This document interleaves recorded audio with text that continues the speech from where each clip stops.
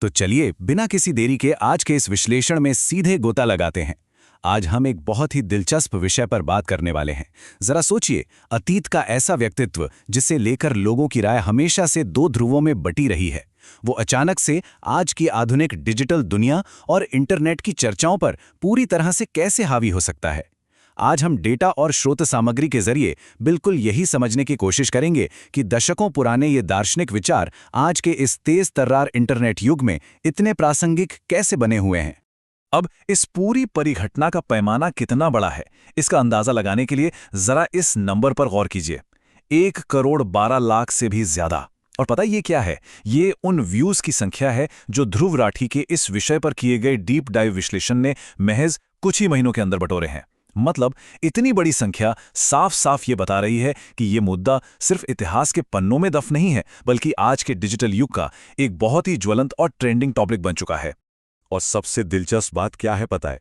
लाखों लोगों को जो चीज सबसे ज्यादा अपनी तरफ खींच रही है, वो किसी नए धर्म या मान्यता का प्रचार नहीं है, बल्कि वो एक ऐसा विचार है जो हमारे आधुनिक समाज की बुनियाद पर ही सीधे सीधे सवाल खड़े कर देता है।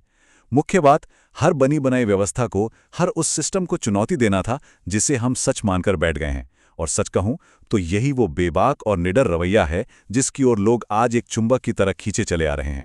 तो आइए स्रोत सामग्री में दिए गए मुख्य तर्कों की ओर बढ़ते हैं, जिसकी शुरुआत होती है हमारे इस आधुनिक मस्तिष्क के विश्लेषण से, जहां बात आती है हमारे अहंकार, महत्वाकांक्षा और तुलना करने की हमारी आदत की।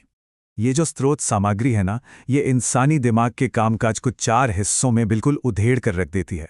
ये बहुत ही गहराई से समझाती है कि आखिर क्यों हम इंसान लगातार खुद को एक थका देने वाले, कभी खत्म न होने वाले संघर्ष में फंसा हुआ पाते हैं। हमारे अहंकार की फितरत से लेकर बिना सोचे समझे भागने वाली महत्वाकांक्षा और फिर दूसरों से तुलना करने का वो जाल, जो मिलकर एक पूरी तरह से रोबोटिक और कॉम्पिटिटिव लूप तैयार कर देता है। ये विश्लेषण वाकई ये सोचने पर मजबूर कर देता है कि हम जो जिंदगी जी रहे हैं, क्या वो वाकई हमारी अपनी चुनी हुई है। और बस यही वो कारण है जिसकी वजह से ये कंटेंट इंटरनेट पर आग की तरह फैल गया, क्योंकि ये हमारी रोजमर्रा की भागदौड़ को देखने का एक बिल्कुल ही अलग और दुर्लभ नजरिया पेश करता है। आमतौर पर समाज हमें सफलता की एक ही घिसी-पिटी कहानी बेचता है ना? लेकिन जब कोई विचार उस पूरी की पूरी कहानी को ही पलट कर रख दे, तो जाहिर सी बात है उसका एक बहुत गहरा असर तो पड़ेगा ही। तो अब सवाल ये उठता है कि अगर महत्वाकांक्षा और तुलना ही असली समस्या है, तो इस चक्र को तोड़ा कैसे जाए, इस लूप से बाहर कैसे निकलें? इस समस्या का जो समाधान बताया गया है वो बहुत ही स्पष्ट है। यहाँ एक बहुत ही जानबूझकर किया गया कंट्रास्ट दिखाया गया है। एक तरफ है हमारी आधुनिक जिंदगी की ये तेज तर्रार रोबोट की तरह भागने वाली चूहा दौड़, और दूसरी तरफ आत्म जागरूकता से मिलने वाला एक ठहराव, एक गहरी आंतरिक शांति। ये सिखाता है कि कैसे सोच समझकर, होश में रहकर लिए गए हमारे छोटे छोटे फैसले भी हमारी पूरी जिंदगी को एक नया आकार दे सकते हैं। लेकिन इन गहरी दार्शनिक बातों को आम जिंदगी में कैसे उतारा जाए? हवाई बातें तो कोई भी कर सकता है। इसलिए अमूर्त दर्शन और व्यवहारिक शांति के बीच के इस फासले को मिटाने के लिए ये शिक्षाएं कहानी कहने की इन 3 बहुत ही शक्तिशाली तकनीकों का सहारा लेती हैं। वास्तविक जीवन की कहानियों, पुरानी पौराणिक कथाओं और आज के आधुनिक उदाहरणों का एक ऐसा मिश्रण तैयार किया जाता है जिससे सबसे मुश्किल और जटिल विचार भी बेहद सरल लगने लगते हैं।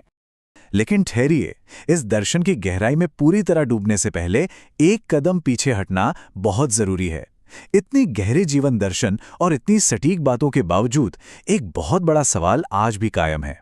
इस सब के पीछे जो व्यक्तित्व मौजूद है, वो आज भी इतनी भारी बहस और ध्रुवीकरण का केंद्र क्यों बना हुआ है? यहीं से हम कदम रखते हैं ओशो की इस बेहद जटिल डिजिटल विरासत में, जो एक बहुत ही गहराई से बटे हुए दर्शक वर्ग की तस्वीर पेश करती है। अगर हम सिर्फ तटस्थ होकर इस डेटा को देखें तो कहानी एकदम साफ हो जाती है।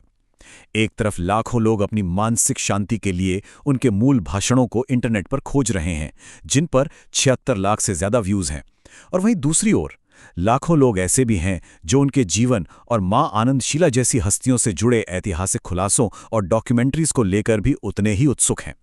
यानी लोग ज्ञान और विवाद दोनों को बिल्कुल एक ही समय पे खंगाल रहे हैं। ये चार्ट इस बात की गवाही देता है कि ये विरोधाभास अपने आप में कितना अनूठा है। शिक्षाओं के लिए गजब की श्रद्धा भी है और उन पुराने ऐतिहासिक विवादों को लेकर एक अजीब सा आकर्षण भी। और कमाल की बात यह है कि ये दोनों पहलू एक साथ मिलकर आज भी इंटरनेट पर इतना भारी एंगेजमेंट पैदा कर रहे हैं। ये एक ही विरासत के दो अलग अलग किनारे हैं।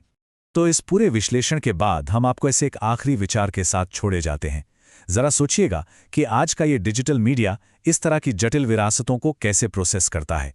क्या इतने गहरे दार्शनिक विचारों की शुद्धता को उसे बनाने वाले के विवादास्पद इतिहास से कभी पूरी तरह अलग किया जा सकता है, या फिर ये दोनों हमेशा हमेशा के लिए एक ही जटिल चक्र में उलझे रहेंगे?